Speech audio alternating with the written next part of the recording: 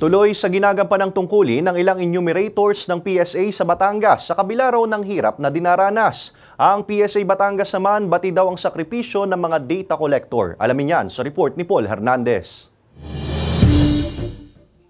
Seryosong trabaho para sa seryosong pangarap na makapag-ipon para sa tinutustusang pamilya. Alam ni John Lawrence na hindi naman regular job ang pagiging enumerator o silang mga nagbabahay-bahay para makakuha ng opisyal na bilang ng populasyon ng bansa. Panggastos sa pamilya din po, pangbigay-bigay din sa magulang. Ipunin din po para in case po na may kailangan paggastusan or sa paghahanap po ng trabaho.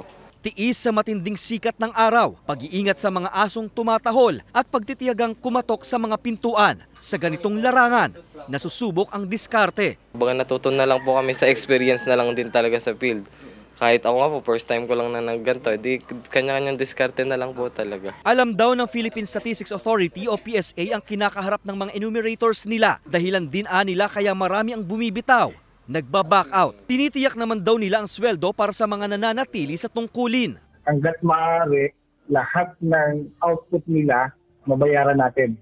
504 plus 80 pesos na transpo allowance. May general instruction daw ang PSA sa mga data collector na hindi tumuloy sa census kung talagang masama ang lagay ng panahon. Pero kung kasing area na, for example, Agoncillo, masyadong malakas.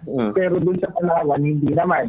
So, yung taga-Tanawan, nakakatuloy sila. Sabi ko, discretion pa rin natin. Sa susunod na buwan, magtatapos ang PopSense CBMS, pero tuloy ang panghihimok ng PSA sa partisipasyon at tapat na pagbibigay ng impormasyon sa mga enumerators. Sa kasulok-sulukan man o liblib na lugar, susuyurin daw yan. Kung ang kahulugan naman daw ng numerong makakalap nila ay daan para sa pagbuo ng mga programang mapakikinabangan ng pamayanan.